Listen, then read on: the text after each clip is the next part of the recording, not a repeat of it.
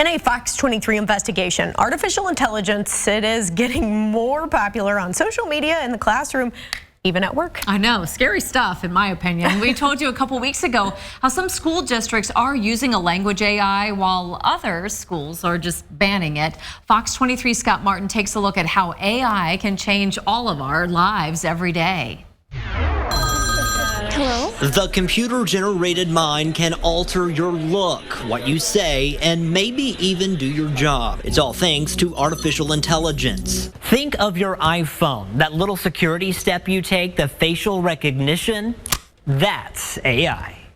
We're trying to design what the human mind, how it works, and then in some ways tweak it and make it better, right? Trying to find a way to think faster, process more information. Security guru Nathan Sweaney says AI gathers information from people and experiences. The device learns how the world works. It can connect the dots way quicker than people can. What Sweaney says we don't know about AI is how its algorithms work. How is it doing what we're asking? Is that scary?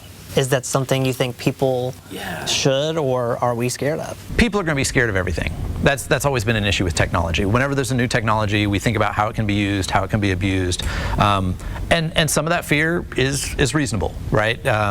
Caution is not much different than fear. It's just where you draw the line. Sweaney says what we feed into artificial intelligence will affect how the info is processed. The machine is constantly learning from people. So how you interact with AI matters because it uses what you tell it and what you ask. If a significant amount of that information is negative, is hateful, is mean-spirited in some way or whatever, it's going to learn, and that's going to manipulate the output. So AIs can very much begin to kind of spiral downwards into certain negative parts of humanity, just the way humans do.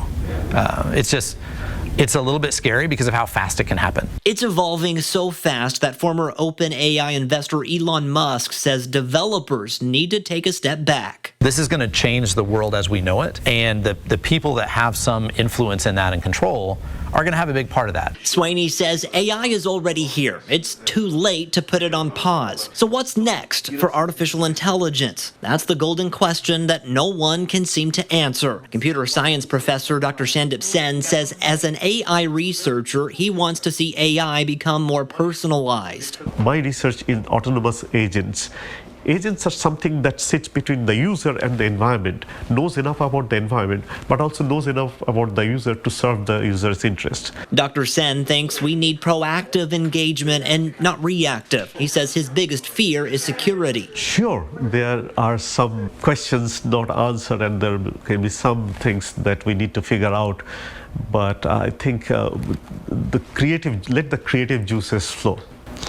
And put in policies for safeguard for sure, but don't try to put a lid on it. You won't be able to, and that would have negative consequences. Right now, AI is trained by people. Sweaney says he's concerned about advancements if AI ever controls its own input and becomes its own teacher. A lot of our research is in trying to understand what's happening. I know for sure there will be another model.